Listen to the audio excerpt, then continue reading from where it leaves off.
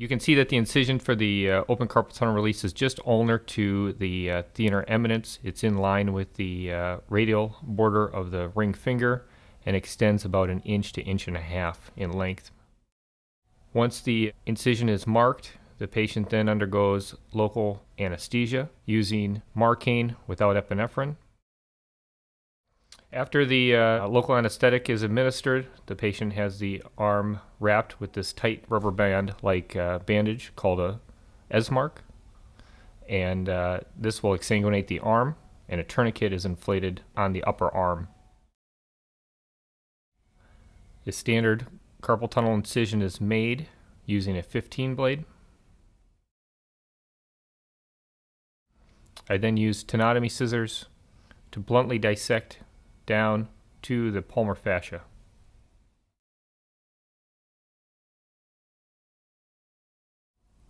A self-retainer is then inserted.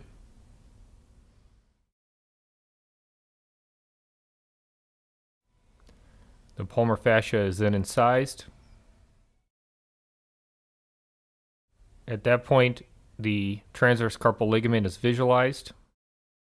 Once the transverse carpal ligament is identified and a small incision is made into the transverse carpal ligament, this freer elevator was inserted underneath the ligament to protect the carpal tunnel contents. I then dissect on top of that freer elevator, both proximally and distally, to completely divide the transverse carpal ligament.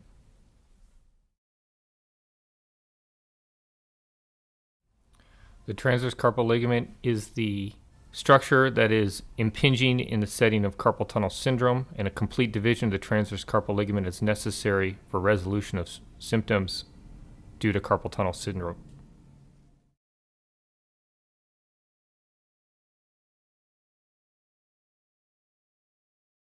Once the transverse carpal ligament is sharply incised, the tenotomy scissors is then inserted and the palmar fascia is released using this tenotomy scissors.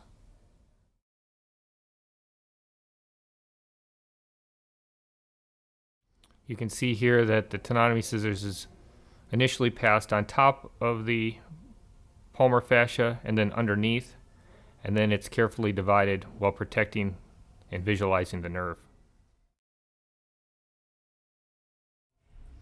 Now you can see the median nerve at the base of the incision. I'm holding the transverse carpal ligament, divided nicely with good diastasis. I can pass my small finger across the wrist crease, indicating that a complete division of the transverse carpal ligament was made, as well as the most distal aspect of the forearm fascia. Another way to assess that a complete transverse carpal ligament was made was by passing that freer elevator underneath the transverse carpal ligament along the nerve and palpating the freer elevator.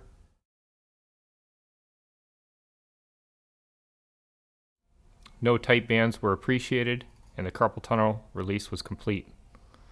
The patient then had the tourniquet let down and hemostasis obtained using this bipolar cautery.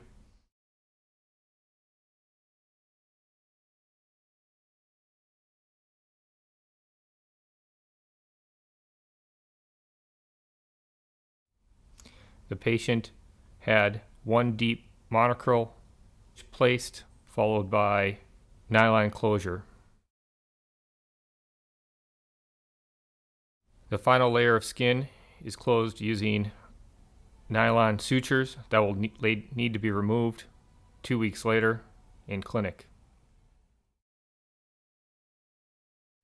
Once the nylon sutures are in, the patient is cleaned and a soft dressing only is applied to the hand.